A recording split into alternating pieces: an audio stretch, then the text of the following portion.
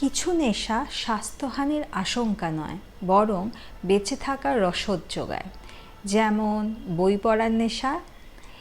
এই নেশায় আচ্ছন্ন হয়ে পাঠক কখনো ভালো লাগার আবেশে গা ভাসান, কখনো বা বেদনাতুর অনুভূতি দ্বারা বিদ্ধ হন। যে গোষ্ঠীর বই পড়ে আমার অন্তত সবচাইতে বেশি এই হাসি কান্নার দোলাচলে দোদুল্যমান অবস্থা হয়, সেটি হলো রোম্যান্সধর্মী বা প্রেমমূলক বই। এই ধরনেরই কিছু উপন্যাস নিয়ে আজ বই চর্চায় সোমালিতে থাকছে আলোচনা। নমস্কার, আমি সোমালি। আমরা এখানে বই সংক্রান্ত নানান ধরনের গল্পগুজব করে থাকি। আমাদের পাঠযাত্রার সঙ্গী হতে বই চর্চায় সোমালি এই ইউটিউব চ্যানেলটিকে সাবস্ক্রাইব করে আমাদের পরিবারের সদস্য হতে পারেন। চলুন শুরু করি আজকের ভিডিও। বইয়ের জগৎ নতুন কিছু সৃষ্টি করার তাগিদ আমায় বড় আনন্দ দেয়। এই আনন্দেরই কিছুটা অংশ আপনাদের সঙ্গে ভাগ করে নেওয়াই বই চর্চার সোমালি চ্যানেলের মুখ্য উদ্দেশ্য। কিছু সাহিত্যিকের বিশেষ কিছু সৃষ্টি মন খারাপের দিনগুলোতে পাঠকের মুখে একচিলতে হাসি ফোটানোর ক্ষেত্রে কার্যকরী ভূমিকা পালন করে থাকে। বুদ্ধদেব গুহ এমনই একজন সাহিত্যিক এবং তার মন ভালো করা রোম্যান্সধর্মী একটি উপন্যাস খেলা যখন। আমি উপন্যাসটি পড়েছিলাম বুদ্ধদেব গুহর 10টি উপন্যাস আনন্দ থেকে যেটি প্রকাশিত হয়েছিল সেখান থেকে। পাঠকের প্রিয় হয়ে ওঠার মতো রসদের অভাব নেই উপন্যাসটিতে। গ্র্যাজুয়েশনের পর পারিপার্শ্বিক চাপে পড়ে রাজা, যে নাকি পিতৃদেবের বদান্যে একটি ফার্মে কর্মরত, সে যদিও বা বাধ্য হয়ে চার্টার অ্যাকাউন্টেন্সি পড়ছে, কিন্তু অ্যাকাউন্টেন্সির অঙ্ক তার মাথায় ঢোকে না। হোল্ডিং কোম্পানির ব্যালেন্স শিট মেটানোর বদলে বাড়ির লনে এসে ঘুরঘুর করতে থাকা একজোড়া ঘুঘু বা সামনের রঙ্গনের ডালে বসে শীষ দিতে থাকা পাখির প্রতি তার আকর্ষণ বেশি। তার এই রোগ প্রবল আকার ধারণ করে গানের স্কুলে দুদিকে বেনি ঝুলিয়ে বাসন্তী রঙা শাড়ি পরিহিত, দুকানে দুটি রক্তরুবির দুল পরা বুলবুলিকে দেখার পর এবং তার গান শোনার পর থেকে। বুলবুলির প্রতি হৃদয়ানুভূতির উৎসার ঘটার পর থেকে রাজার মনের অস্বস্তি, জীবনে প্রথমবার তার পরীক্ষায় অকৃতকার্য হওয়ার গ্লানি, বুলবুলির তার প্রতি স্থির সিদ্ধান্তে উপনীত না হতে পারায় তার অর্থাৎ রাজার মনের বিচলতা, কলেজের সহপাঠীর বোন রুমার তার প্রতি অর্থাৎ রাজার প্রতি অনুরাগ, এসবে রাজা এবং তার আশেপাশের বর্ণিত চরিত্ররা যেমনভাবে উদ্বেলিত হয়, সেই বিচলতার প্রভাব এসে পড়ে পাঠকেরও মনে। উপন্যাসের নায়ক রাজা যখন তার জীবন দর্শন তুলে ধরে পাঠকের সামনে, যখন তার কলম থেকে নিঃসৃত হয়, মাথার মধ্যে ঝুমঝুম করে বাজতে থাকা একজনের ভাবনা আর এই একান্ত করে পাওয়া এলোমেলো হাওয়া বওয়া একটি চাঁদের রাত, এই নিয়েই একটা চমৎকার বেঁচে থাকা, একটা অভাবনীয় জীবন। তোমরা যাকে বড় হওয়া বলো, তেমন হতে আমার স্বাদ নেই, আমার প্রয়োজনও নেই।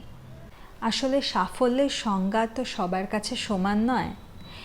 তাই এই লাইনগুলো পড়ে মনে এক অদ্ভুত শান্তি অনুভূত হয়। শুধুমাত্র এই বোধটুকুর জন্যই জীবনের প্রতি কৃতজ্ঞতা স্বীকার করতে মন চায়।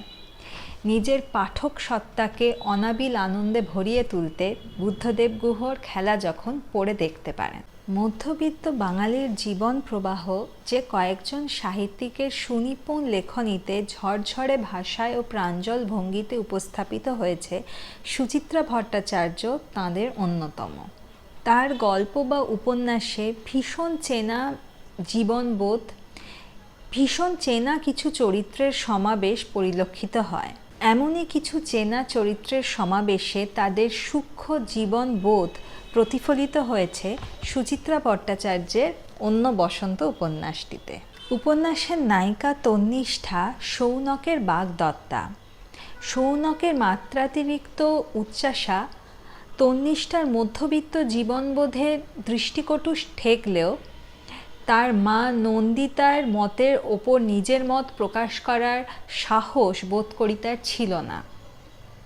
এহেন তন্নিষ্ঠার জীবনে নিজের স্বপ্নকে গুরুত্ব দিতে অভ্যস্ত অভিমন্যুর আশা তার জীবনের সমস্ত পূর্ব পরিকল্পনাকে বদলে দেয়।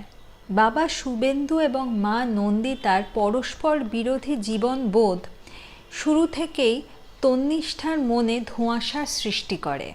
এদিকে তন্নিষ্ঠার কলেজ সার্ভিস কমিশনের পরীক্ষার প্রথম ধাপ সাফল্যের সাথে উত্তীর্ণ হওয়ার পরেও সৌনকের কোনো ভাবান্তর না হওয়া, কথা প্রসঙ্গে বৃদ্ধ বাবা মার তত্ত্বাবধানের ওপর নিজের ক্যারিয়ারকে বেশি গুরুত্ব দিতে চাওয়ার, সৌনকের মতের সঙ্গে নিজের মত না মেলাতে পারা, এসব কিছু নিয়ে তন্নিষ্ঠা সৌনকের ব্যাপারে নিজের সম্পর্কের বিষয় দমে যেতে থাকে।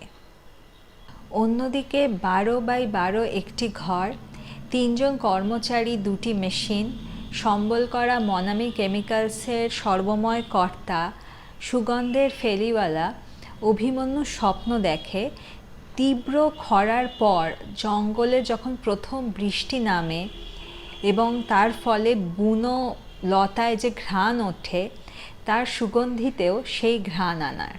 তীব্র উচ্চাসার মর্মান্তিক পরিণতি নিজের দাদা উপমন্যুর মধ্যে প্রত্যক্ষ করে গন্ধ বিশারদ এবং পার্ট টাইমে বিজ্ঞান মঞ্চে অংশগ্রহণকারী অভিমন্যু তাই নিজের স্বপ্নকে নিয়েই বাঁচতে চায়। অভিমন্যুর জীবনবোধে বাস্তববাদী তন্নিষ্ঠা তাই মোহাবিষ্ট হয়ে পড়ে।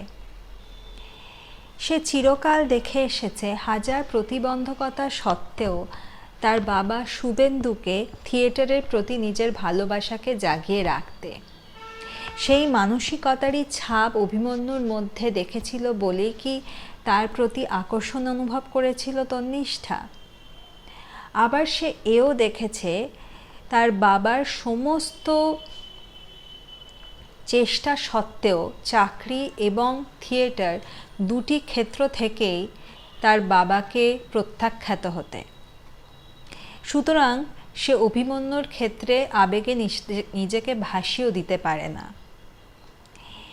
অভিমন্যুর সঙ্গে স্বপ্ন সন্ধানীর জীবন, না সৌনকের সঙ্গে বিলাসবহুল উচ্চাসাময় জীবন, কোনটা বেছে নেয় তন্নিষ্ঠা? কেমনভাবে এই দোটানার শেষ বর্ণিত হয়েছে উপন্যাসে? জানতে হলে পড়তে হবে সুচিত্রা ভট্টাচার্যের অন্য বসন্ত। প্রতিটি মানুষের পারিবারিক পরিস্থিতি তার শিক্ষা, রুচি, তার চিন্তন পদ্ধতিকে প্রভাবিত করে এবং তার সরাসরি প্রভাব দেখা যায় তার জীবনের গুরুত্বপূর্ণ সমস্ত সিদ্ধান্তের ক্ষেত্রে। খুব চেনা জীবনবোধে সমন্বিত একটি উপন্যাস অন্য বসন্ত, পড়ে দেখতে পারেন। সময় বদলায়, যুগ বদলায়, ভালোবাসার প্রকাশও হয়তো বদলায়, ভালোবাসা বদলায় কি? এই প্রশ্নটি আরেকবার পাঠকের মনে জাগিয়ে তোলে 43 বছরের ব্যবধানে দুটি সময়কালে বিস্তৃত সরঞ্জিৎ চক্রবর্তীর উপন্যাস কম্পাস। 70-এর টালমাটাল সময় যাদবপুরের 2 কামরার ঘরে অনটনের সংসারে থেকে MA পাঠরত আদিত্য ভালোবেসেছিল মৌরিমাকে। চারিপাশের উত্তাল পরিস্থিতি, নিজের সাহিত্য চর্চা, অনটনের সংসার, নিত্যদিনের সঙ্গী অভাব, নিজের হাজারো একটা প্রতিবন্ধকতা আদিত্যকে মৌরিমার প্রেমের পড়া থেকে আটকাতে পারেনি। 2 বন্ধু ইলেশ এবং রচিতের মাঝখানে পড়ে আদিত্য সবসময় নিজেকে বেকায়দায় আবিষ্কার করে। কারুর অন্যায় আবদারেও না বলতে না পারায় আদিত্যর জীবনে নেমে আসে এমন এক বিপদ যা এক মুহূর্তে তার জীবনের গতিপথ বদলে দেয়। 43 বছর পর অর্থাৎ 2014 সালে উষ্মিল এবং পুনর্জিৎ এরা দুজনে মিলে 43 বছর আগেকার এক অমীমাংসিত কাহিনীর মীমাংসা সাধনে ব্রতী হয়। তাদের সাথে অতীতের কি সম্পর্ক? কম্পাসে রয়েছে উত্তর। কিছু কিছু প্রতিশ্রুতি রাখতে মানুষ নিজেকেও ছাপিয়ে যায়। কম্পাস এমনই এক প্রতিশ্রুতি রক্ষার উপন্যাস। এই উপন্যাস পড়ার পর মনে হতে পারে এমনও হয়, এ শুধু গল্প উপন্যাসই হওয়া সম্ভব। সেক্ষেত্রে বলি, যা হয় আর যা হলে ভালো হতো এর মধ্যের যে পার্থক্য, বাস্তবধর্মী এবং প্রেমধর্মী উপন্যাসের মধ্যে সেটুকু পার্থক্য তো থাকবেই। মনকে ব্যথিত করবে, আবার একাধিকবার পড়তে বাধ্য করবে এমনই এক উপন্যাস কম্পাস। সরঞ্জিৎ চক্রবর্তীর পাতা ঝরার মরশুমের পর কম্পাসই আমার সবথেকে প্রিয় উপন্যাস। তো রোম্যান্সধর্মী উপন্যাস পছন্দ হলে, সরঞ্জিৎ চক্রবর্তীর লেখা পছন্দ হলে অবশ্যই পড়তে পারেন কম্পাস। সৃষ্টির আদি ইতিহাস সম্পর্কে যাদের আগ্রহ রয়েছে তারা black hole, big bang theory, theory of relativity, zoo হাইপোথেসিসের কথা শুনেছেন। এই সমস্ত বৈজ্ঞানিক তত্ত্বের সঙ্গে এক শাশ্বত প্রেমের আখ্যান যুক্ত হওয়ার নজির শায়ক আমানের ভাসানবাড়ি। কল্পবিজ্ঞানের মোড়কে সময়ের প্যারাজাল পেরিয়ে এক অনন্ত ভালোবাসার গল্প শোনায় এ উপন্যাস।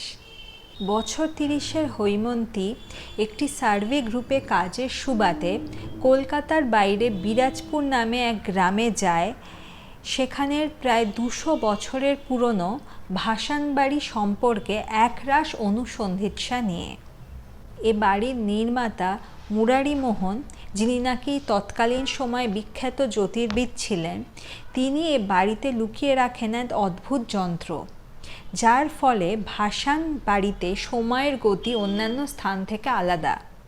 এই জন্যই ভাসান বাড়ির ছাদ থেকে নাকি অন্য সময়ের আকাশ দেখা যায়। বহুকাল আগে ভাসান বাড়িতে যে নিরঞ্জনের প্রথা প্রচলিত ছিল, সে প্রথা না থাকলেও ভাসান বাড়িতে যাওয়া মানুষ নাকি বিলীন হয়ে যায় সে বাড়ির মধ্যে। এর মধ্যে কতটা সত্যি, কতটা নিছকই গুজব, এই নিয়ে প্রশ্ন যখন ক্রমশ ঘনীভূত হয়ে উঠছে, এমন একটা সময় ভাসানবাড়ির প্রবেশদ্বারে ধূমকেতুর মতোই হৈমন্তীর সাথে দেখা হয় অশ্বিনীর। নিজেকে কেয়ারটেকারের ছেলে বলে পরিচয় দেওয়া অশ্বিনীর আসল পরিচয় আসলে কি? এ বাড়িরই অর্থাৎ ভাসান বাড়িরই এক পূর্বপুরুষ শশাঙ্ক মোহনের কথা অনুযায়ী এ বাড়িতে কারুর অপেক্ষায় কেউ বারবার ফিরে আসে। কে সে?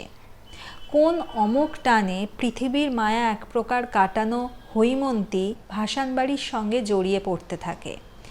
উত্তর রয়েছে ভাসানবাড়ির পাতায়। পাঠক বিভিন্নভাবে এই উপন্যাসটির বিশ্লেষণ করতে পারেন, তবে আমার ব্যক্তিগতভাবে যে আঙ্গিকটি সবথেকে ভালো লেগেছে সেটি হলো এক মহাজাগতিক প্রেমের আঙ্গিক, যা সৃষ্টির আগেও ছিল, যার ধ্বংস নেই। প্রেম রূপ বদলায় মাত্র। প্রতিটি রূপে প্রেমাস্পদকে খুঁজে বেড়ানোর যে তাড়না বর্ণিত হয়েছে এই উপন্যাসে, অর্থাৎ ভাসান বাড়িতে কল্পনার মিশ্রণ সহযোগে, আমার তা ভালো লেগেছে।